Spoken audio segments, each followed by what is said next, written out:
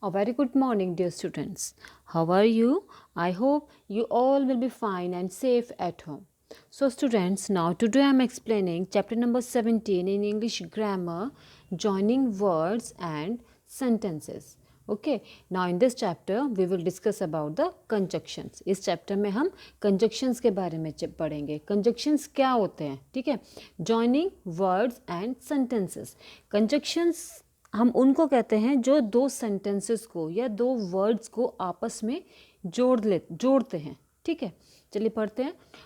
We use conjunctions to join words, phrases, clauses and sentences.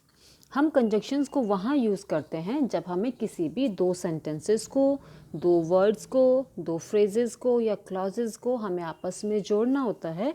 वहाँ पे हम conjunction use करते हैं. ओके, जोड़ना मीन्स कोई भी सेंटेंस, बिल्कुल same sentence, I like T, I like coffee, है ना.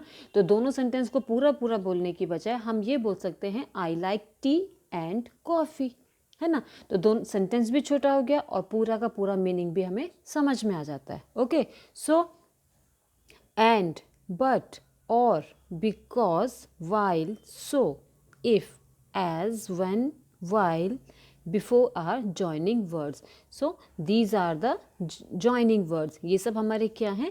conjunctions. conjunctions को हम joining words भी बोलते हैं. ठीक है, all of you know the meanings of these words ना. and means और, but means परंतु, और means किसी भी, जब हम किसी को एक चॉइस पसंद करनी होती है, ये या फिर ये. ठीक है, टी और कॉफ़ी, चाय या कॉफ़ी, या बिकॉज इसलिए, है ना. वाइल जबकि, सो इसलिए, इफ़ अगर, एज जैसा, व्हेन कब, वाइल जबकि, बिफोर पहले, है ना. So coordinating conjunctions join together two sentences. Coordinating conjunctions join together two sentences. दो सेंटेंसेस को आपस में जोड़ते हैं, टू क्लॉजेस को आपस में जोड़ते हैं, और any two grammatical items which are equally important.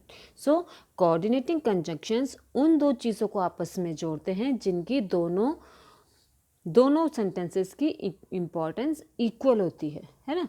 चलिए आगे पढ़ते हैं. एग्जाम्पल्स देखिए, आपको समझ में आएगा. सो coordinating conjunctions. She wanted to run and give him a hug. And, ठीक है, and यहाँ पे हमारा conjunction है. She wanted to run, वह भागना चाहती थी और उसको हग करना चाहती थी. ठीक है. She tried to run faster but her legs gave way.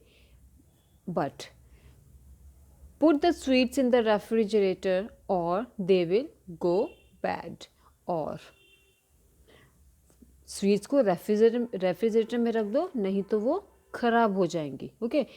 He was ill yet he wanted to go out.